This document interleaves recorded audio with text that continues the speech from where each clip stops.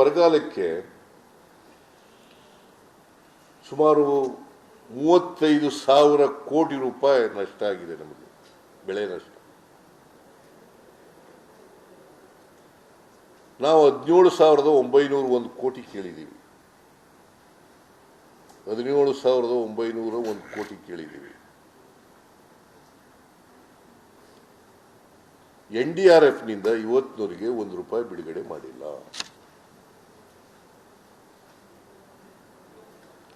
ಈ NDRFನಲ್ಲೂ ಕೂಡ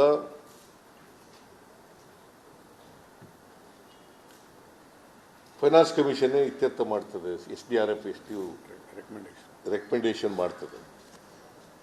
SDRF state disaster response fund. ಅದರಲ್ಲಿ ರಾಜ್ಯ ಸರ್ಕಾರ ಮತ್ತು ಕೇಂದ್ರ ಸರ್ಕಾರದ ಪಾಲಿರ್ತದೆ. 75-25% ಇರ್ತದೆ. ಈ ವರ್ಷ ನಮಗೆ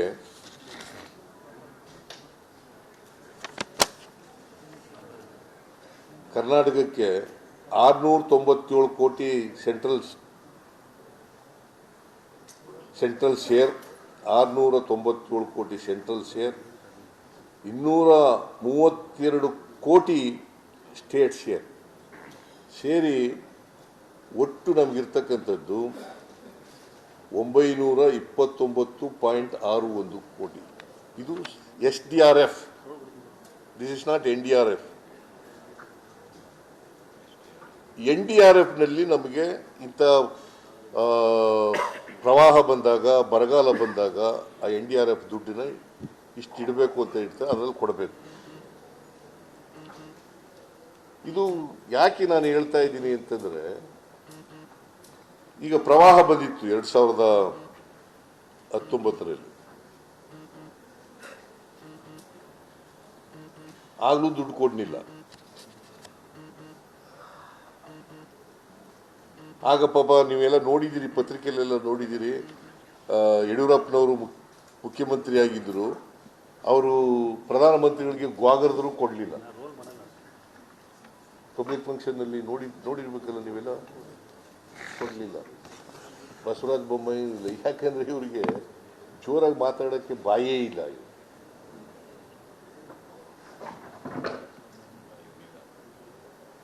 ಆಗಲೂ ಕೊಡಲಿಲ್ಲ. ಪ್ರವಾಹ ಬಂದಾಗ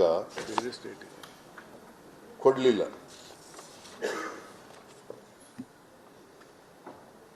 ಆಗ ಎಷ್ಟು ಕೊಟ್ಟರು ಗೊತ್ತಾ? ಎಷ್ಟು ಕೇಳಿದ್ರು? ಅಲ್ಲ, ಇದೆಲ್ಲ ಇದೆ ಇಲ್ಲಿ.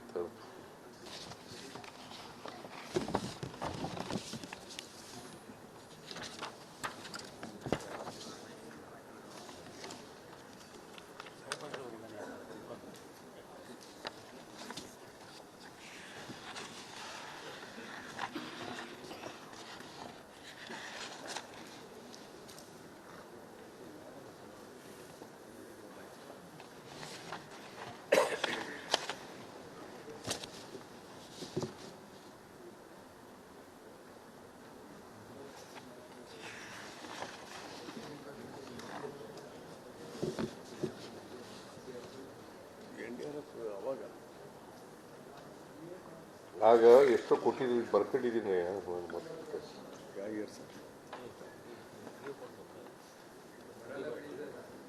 ಇಲ್ಲಿ ಆಮೇಲೆ ಹೇಳ್ತೀನಿ ನಾನು.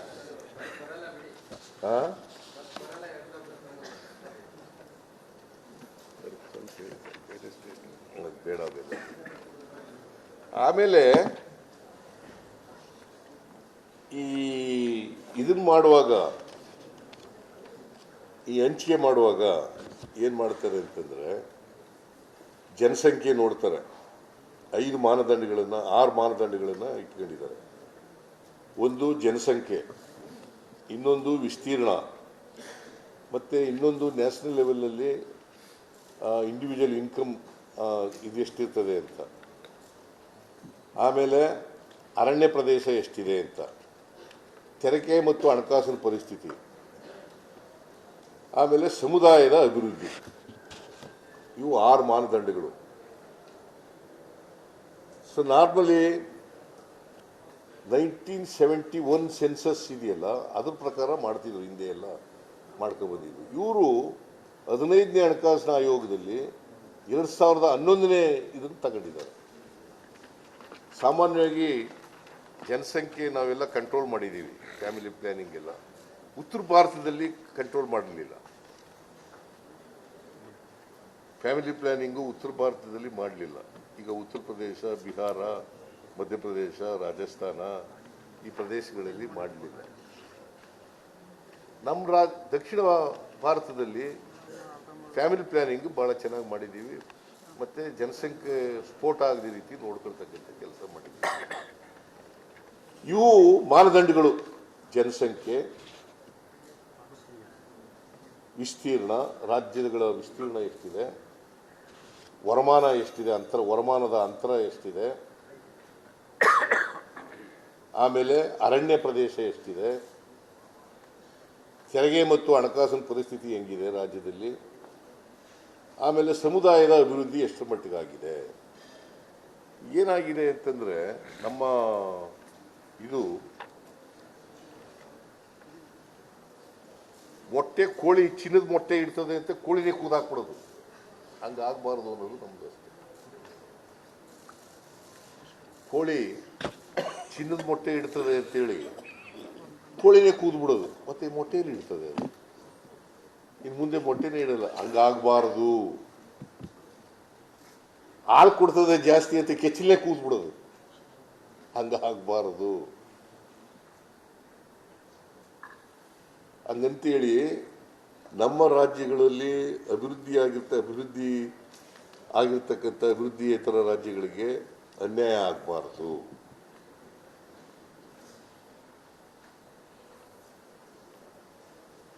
ಸೊ ಇದೇನಾಗಿದೆ ಅಂತಂದ್ರೆ, ನಮಗೆ ಪತ್ರ ಬರೆದರೂ ಕೂಡ ಕೇಂದ್ರ ಸರ್ಕಾರಕ್ಕೆ ಉತ್ತರ ಕೊಡಲ್ಲ ಅಂತಂದ್ರೆ ಎಷ್ಟು ಮಟ್ಟಿಗೆ ಮಲತಾಯಿ ಧೋರಣೆಯನ್ನ ಅವರು ಅನುಸರಿಸ್ತಾ ಇದ್ದಾರೆ. ಪತ್ರ ಬರೆದರೂ ಕೂಡ ಉತ್ತರ ಕೊಡಲ್ಲ ಅಂತಂದ್ರೆ ಇದು ಒಕ್ಕೂಟದ ವ್ಯವಸ್ಥೆ ಇರ್ತಕ್ಕಂಥದ್ದರ ಲಕ್ಷಣನಾ?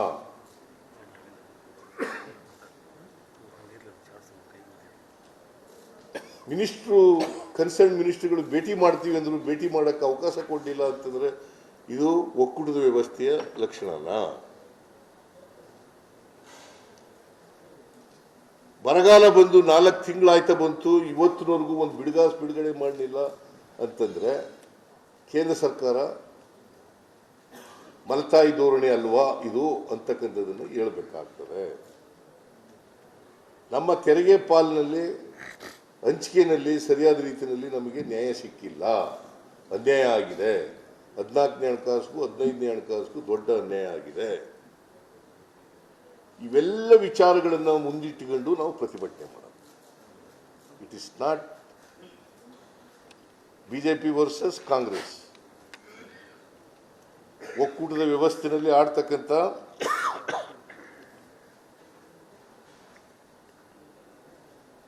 ಅನ್ಯಾಯನ ಸರಿಪಡಿಸಿ ಅಂತಕ್ಕಂಥದಕ್ಕೋಸ್ಕರ ಕೇಂದ್ರ ಸರ್ಕಾರದ ಗಮನ ಸೆಳೆಯೋದು, ರಾಜ್ಯ ಸರ್ಕಾರದ ಗಮನ, ಜನರ, ಇಡೀ ದೇಶದ ಜನರ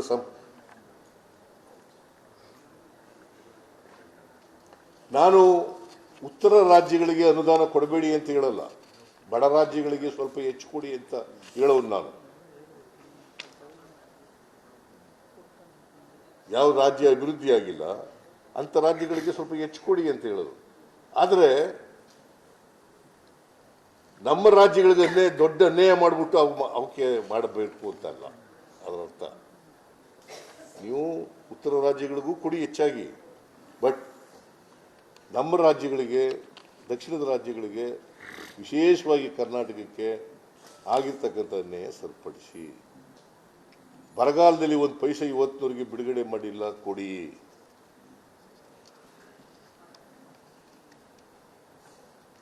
ಇವತ್ತಿನವರೆಗೆ 15ನೇ ಹಣಕಾಸಿನಿಂದ 14ನೇ ಹಣಕಾಸಿನಿಂದ 15ನೇ ಹಣಕಾಸುವರೆಗೆ ನಮ್ಮ ರಾಜ್ಯದ 1,87,000 ಕೋಟಿ ಅನ್ಯಾಯ ಆಗಿದೆ.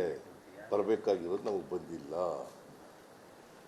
14th ಫೈನಾನ್ಸ್ ಕಮಿಷನ್ ಪ್ರಕಾರ 15ನೇ ಹಣಕಾಸಿನಲ್ಲಿ ನಮಗೆ ಹಂಚಿಕೆ ಮಾಡಿದರೆ ಇಷ್ಟು ನಷ್ಟ ಆಯ್ತಿರಲಿಲ್ಲ.